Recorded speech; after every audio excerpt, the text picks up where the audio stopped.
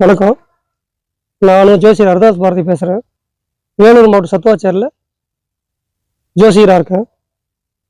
இப்போ இந்த my India my people channel மூலிமா நவகிரக ஸ்தலங்கள் அதனுடைய சிறப்புகளை பற்றி பேசுவோம். இப்போ புதன் சேத்திரத்தை பற்றி பார்ப்போம். புதன் சேத்திரம் அப்படின்றப்ப எங்கே இருக்குன்னா, கும்பகோணத்துலேருந்து திருக்கடையூர் போகிற வழியில் திருவெண்காடு அப்படின்னு பேர். திருவெண்காடு இது புதன் சேத்திரமா சொல்றாங்க. யாருக்கெல்லாம் புதன் திசை சரியில்லை, புதன் 8லேருந்து திசை நடக்குது, புதன் கெட்டு போயிட்டா ஜாதகத்துல நரம்பு தளர்ச்சி வந்துடும். புதன் நரம்புக்கு அதிபதி. இன்னொன்று பார்த்தீங்கன்னா, புதன் கல்விக்கு, ஞானத்துக்கு, வித்தைக்கு அதிபதி.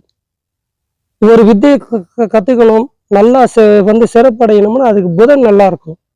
புதன் புத்தி கூர்மைக்கு அவர் அதிபதி. நம்மளோட கல்விக்கு அதிபதி அதுதான். புதன் நல்லா இருந்தாருன்னா கண்ணியில புதன் உச்சமாவார். கண்ணில புதன் உச்சம் வந்தா சிறப்பான கல்விமான், நல்லா படிப்பாங்க, நல்ல கணக்கு பிள்ளை, நல்ல கணிதம் எழுதுறதுல ரொம்ப கணக்கு போடுற ரொம்ப விசேஷமா இருப்பாங்கன்ற மாதிரிலாம் சொல்றது உண்டு. இதே புதன் கண்ணிலேருந்து 7வது வீட்டுல மீனத்துல நீச்சமாயிடுவார். புதன் நீச்சமாயிட்டாவே புத்தி கூர்மை குறைஞ்சிரும். இந்த மந்த புத்தின்னு சொல்லுவாங்க இல்லையா, கற்பூர புத்தி, கரிக்கட்ட புத்தி, வாழைமட்ட புத்தின்னு. இந்த புதன் கெட்டு போயிட்டா வாழைமட்ட புத்தியாக தான் ஆகிடும்.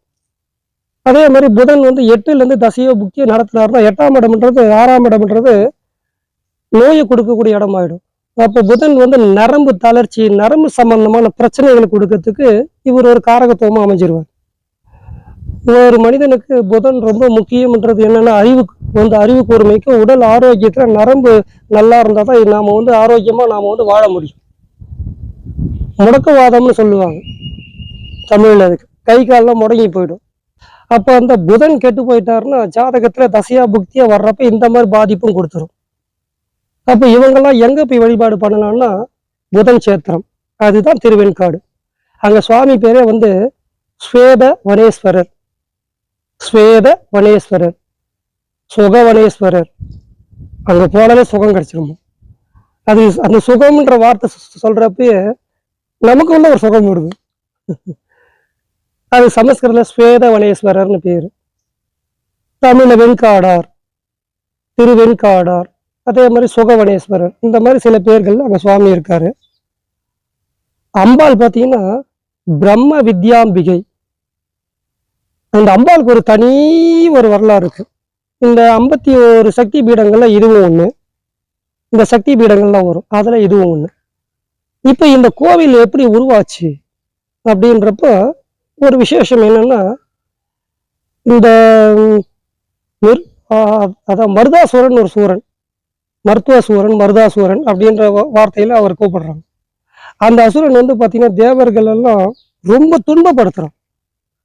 அப்போ சுவாமி கிட்ட போயிட்டு இவங்களாம் முறையிடுறப்போ, திருவெண்காட்டில் போயிட்டு நீங்க இருங்க, அங்கே நான் இதுக்குன்னு நான் ஒரு அவதாரம் எடுத்து அந்த மருத்துவாசுரனை நான் வதம் பண்ணுறேன்ற மாதிரி சுவாமி உத்தரவு கொடுக்குறேன்.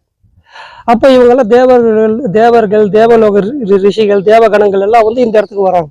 இந்த இடத்துல ஒளிஞ்சு வாழறாங்க திருவெண்காட்டில். அப்போ இதை தெரிஞ்சுக்கிட்ட அந்த மருத்துவாசுரன் இங்கே வரான். வர்றப்ப அப்போ என்ன பண்ணுறான்னா, சிவபெருமான் 64 வடிவம் எடுத்தார். அதில் ஒன்று தான் அகோர வீரபத்ரர், அகோரமூர்த்தி, அகோர வீரபத்ரர்னு பேர்.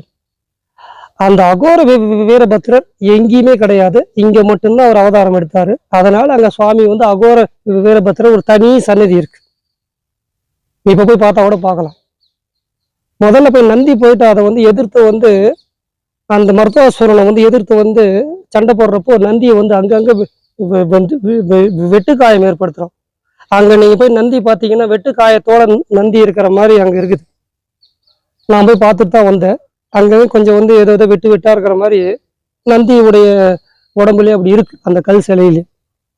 அது நான் அந்த வரலாறுலாம் பார்த்துட்டு போயிட்டு அதை பார்க்குறப்போ அப்படிதான் இருந்துச்சு. அது எனக்கே ஆச்சரியமாக தான் இருக்கு.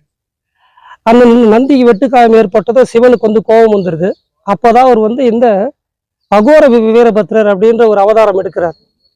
தன்னுடைய வேர்வை துளியிலேருந்து அந்த சுவாமி அனுப்புறார். அவர் போயிட்டு அந்த மருத்துவாசுரனை வதம் பண்ணதால அங்க சுவாமி அந்த மருத்துவாசுரனை வதம் பண்ணி எல்லாருக்கும் சுகத்தை கொடுத்ததால சுகவனேஸ்வரர், ஸ்வேதவனேஸ்வரர் அப்படின்ற பேர்ல வந்து சுவாமி வந்து அங்க வந்து இருக்கார். அது லிங்க ரூபம் ஒண்ணு. இங்க வந்து பாத்தீங்கன்னா அகோர வீரபத்ரர் தனி சன்னதி இருக்கு. இங்கேயும் சிதம்பரம் நடராஜன் மாதிரியே ஒரு நடனம் ஆடி இருக்கார். அதனால நடராஜ சன்னதியும் அங்க இருக்கு. நடனம் ஆடுறப்போ அந்த வேர்வை துளியிலிருந்து வந்தவர் தான் இந்த அகோர வீரபத்ரர். இப்படி சுவாமிக்கு ஒரு வரலாறு இருக்கு. மருத்வாசூரனை வதம் பண்ணதுக்காக எடுத்த அவதாரம் அது. இதுக்கப்புறம் என்னன்னாக்கா இப்போ அம்பாள் கிட்ட வருவோம். அம்பாள் பேர் வந்து பிரம்ம வித்யாம்பிகைன்னு பேர். அந்த பிரம்ம வித்யாம்பிகை பிரம்மனுக்கு வந்து வித்தைகளையும் ஞானத்தையும் கொடுத்ததால அந்த அம்பாளுக்கு வந்து அங்க வந்து பிரம்ம வித்யாம்பிகை அப்படின்னு பேர். மதங்க மகரிஷின்னு ஒரு மகரிஷி, அடிக்கடி ஒரு கோயில் ஒரு ரிஷிகள் வந்து சம்மந்தப்படுவாங்கன்றதுக்கு இங்கேயும் பார்த்தீங்கன்னா மதங்க மகரிஷின்னு ஒரு மகரிஷி. அவர் வந்து ரொம்ப நாளா புத்திர பிராப்தி இல்லை, குழந்தை பாக்கியம் இல்லை. அதுக்காக சுவாமி கிட்ட வந்து முறையிடுறாரு. அப்போ அம்பாலே வந்து இவருக்கு வந்து மகளா பிறக்கிறார். அவ பேர் தான் மாதங்கி அப்படின்னு பேர். ராஜ மாதங்கின்னு சொல்லுவோம். மாதங்கி உலக வசியத்துக்காக அந்த அம்பாலை வந்து வழிபாடு பண்றவங்க இருக்காங்க, ராஜ மாதங்கின்னு. அப்படி ஒரு அம்பாள் இருக்கா. அந்த ராஜ மாதங்கி எப்படி இருப்பாள்னா இச்சாசக்தி, கிரியாசக்தி, ஞானசக்தி, 3 சக்தி உடைய வடிவம் தான். அதாவது சரஸ்வதி மாதிரி வீணையும் வச்சுட்டு இருப்பா, மகாலட்சுமி மாதிரி சங்கு சக்கரத்தோட தாமரப்பூவிலையும் இருப்பா. அம்பாள் வந்து உமா மகேஸ்வரி மாதிரி வந்து பிறைச்சந்திரன் ஜடாமுடியோட பிறைச்சந்திரனோட ஈஸ்வரியுடைய அம்சமும் சரஸ்வதியுடைய அம்ச வீணையும், அதே மாதிரி பார்த்தீங்கன்னாக்கா சங்கு சக்கரத்தோட தாமரப்பூவில் லட்சுமியுடைய அம்சமாகவும் இருப்போம். மதங்க மகரிஷிக்கு பிறந்த மகள் அப்படின்றதால மாதங்கின்னு பேரு. அவளை ராஜ மாதங்கின்னு வழிபாடு பண்றதும் உண்டு. அவ வந்து பாத்தீங்கன்னா ஒரு மாதிரி மகாவிஷ்ணுவுடைய கலர் வந்து நீல கலர்னு சொல்லுவோம். அந்த நீல கலர்ல இருப்பதால ஷியாமலான்னு பேரு. ஷியாமல வர்ணத்துல இருக்கலாம். எப்படியெல்லாம் அம்பால வர்ணிச்சிருக்காங்க பாருங்க. எந்த உருவத்துல இருக்காலும் அந்த உருவத்துல வந்து அந்த பேர் வச்சிடுறாங்க. மதங்க மகரிஷிக்கு மகளா பிறந்ததால மாதங்கி. அதுக்கப்புறம் வந்து அந்த ஒரு ஷியாமல வர்ணம், ஒரு சாம்பல் கலர்ல, அது நீளம்னு சொல்ல முடியாது, அப்படி ஒரு நீளம், அது வெளிரிய நீல கலர்ல இருக்கிறதால ஷியாமலான்னு பேரு. ராஜ வசியத்தை கொடுப்பாவும், உலக வசியம் பிரபலத்தை கொடுப்பாவும் ராஜ மாதங்கின்னு பேர். அங்க அந்த அம்பாளுடைய அம்சமே ராஜ மாதங்கியுடைய அம்சம்தான். மாதங்கி மதங்க மகரிஷி அங்க தவம் இருந்து அந்த அம்பாள் வந்து வெளிப்பட்டதா ஒரு வரலாறு இருக்கு. அதுக்கப்புறம் அவ அம்பாள் அங்க இப்ப இந்த அவதாரத்துல அங்க அம்பாள் தவம் இருந்து சுவாமியோட திருக்கல்யாணம் பண்ணிக்கிறதா ஒரு வரலாறு. இப்படி ஒரு சன்னதி. இதுக்கப்புறம் சந்திரன், சூரியன், அக்னி பகவானுக்கு சில தோஷங்கள் விலகிறதுக்காக அங்க வந்து தவம் இருந்து அங்க வழிபாடு பண்ணாங்க. அப்போ உருவாக்கப்பட்ட தீர்த்தம் தான் சந்திர தீர்த்தம், சூரிய தீர்த்தம், அக்னி தீர்த்தம்னு இருக்கு. சந்திர தீர்த்தம், சூரிய தீர்த்தம் வந்து பக்கத்திலே இருக்கும். ஒரே ஒரு செவுறு மட்டும்தான் அந்த 2 குளத்துக்கு இடையில இருக்கும். இந்த பக்கம் பார்த்தா சந்திர தீர்த்தம் பார்த்தா எவ்வளவு வெயில் அடிச்சாலும் நீங்க அதுல இறங்கி ஒழிக்கிறப்ப கொஞ்சம் சில்லுன்னு இருக்கும். அந்த பக்கம் பார்த்தா குளிர்காலத்துல கூட ஒரு மாதிரி வெதுவெதுப்பான சுட தண்ணி மாதிரியே இருக்கும் அது சூரிய தீர்த்தம். அதே மாதிரி அந்த அந்த பிரம்ம வித்யாம்பிகை அம்பாள் சன்னதிக்கு முன்னாடி பார்த்தீங்கன்னா புதன் பகவான் இருப்பார், தனி சன்னதி. புதன் அங்க தவம் இருந்து அங்க வந்து அந்த நவகிரக பட்டம் பெற்றதா ஒரு வரலாறு. அதனால அங்க இருக்கா. அந்த புதனுக்கு எதிர்க்கத்தான் ஒரு அக்னி தீர்த்தம். அக்னி பகவான் உருவாக்கப்பட்டது. அந்த அக்னி தீர்த்தத்துக்கு மேல பாத்தீங்கன்னா ஒரு அரச மரம் இருக்கும். அந்த அரச மரத்தடியில வந்து ருத்ர பாதம்னு ஒண்ணு இருக்கு. நிறைய பேர் இதை கவனிக்கிறதே இல்லை. ருத்ர பாத தரிசனம் பார்த்தீங்கன்னா காசியில ருத்ர பாதம் பார்க்குற மாதிரி இங்கேயும் பார்க்கலாம். காசிக்கு இணையான கஷேத்திரம். அக்னி தீர்த்த கரையில அக்னி தீர்த்த குளத்துல மேல பார்த்தீங்கன்னா புதன் கஷேத்திரத்துக்கு நேரம் அந்த லாஸ்ட் ஆப்போசிட்ல பார்த்தீங்கன்னாக்கா அரச மரம் இருக்கு. அந்த அரச மரத்தடியில பார்த்தீங்கன்னாக்கா ருத்ர பாதம் இன்னமும் இருக்கு. போய் பாருங்க. அது ஒன்றா எதுனா ஸ்டில்லு கிடைச்சா இதுல ஒன்றா நம்ம ரகுராமணன் ஒன்று போட சொல்றேன் அந்த ருத்ர பாதத்தை.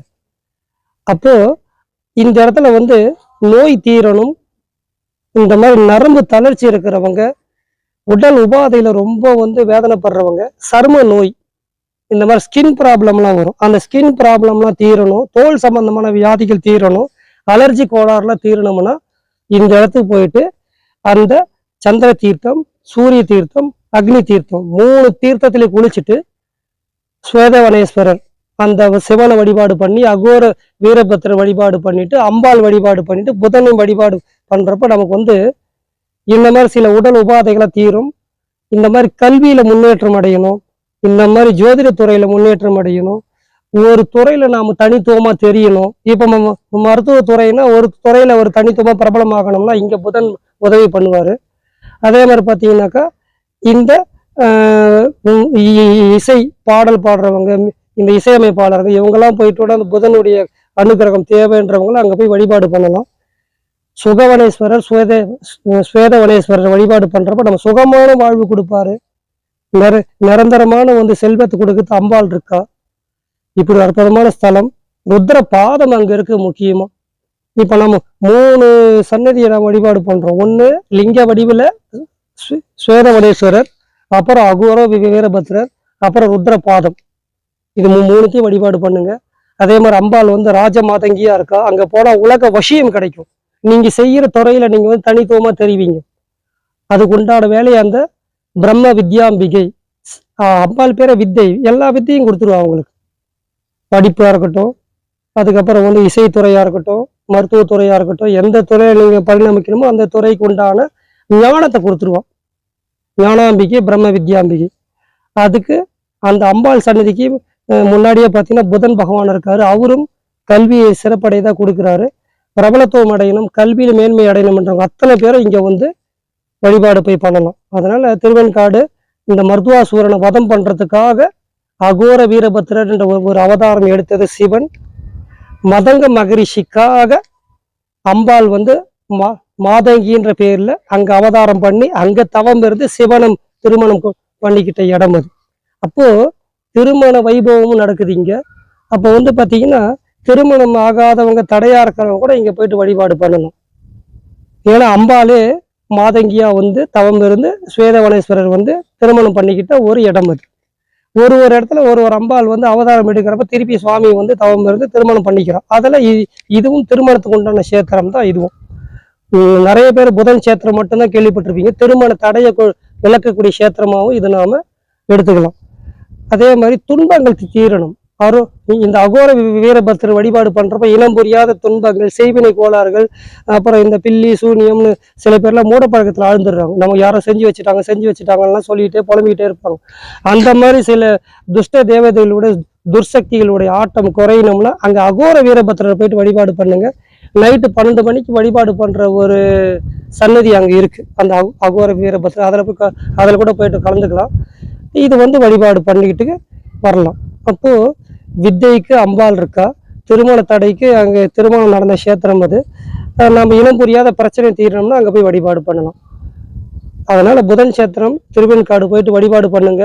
நம்மளுடைய இருக்கிற குறையெல்லாம் தீர்த்து வைக்கதான் அங்கே சுகவனேஸ்வரராக இருக்காரு, ஸ்வேதவனேஸ்வரராக இருக்காரு. சுவாமி எல்லா சுகத்தையும் கொடுப்பாரு. அம்பாள் எல்லா வித்தையும் ஞானத்தையும் கொடுப்பா. வழிபாடு பண்ணி சீரும் சிறப்பும் அடையுமாறு கேட்டுக்கொள்கிறோம்.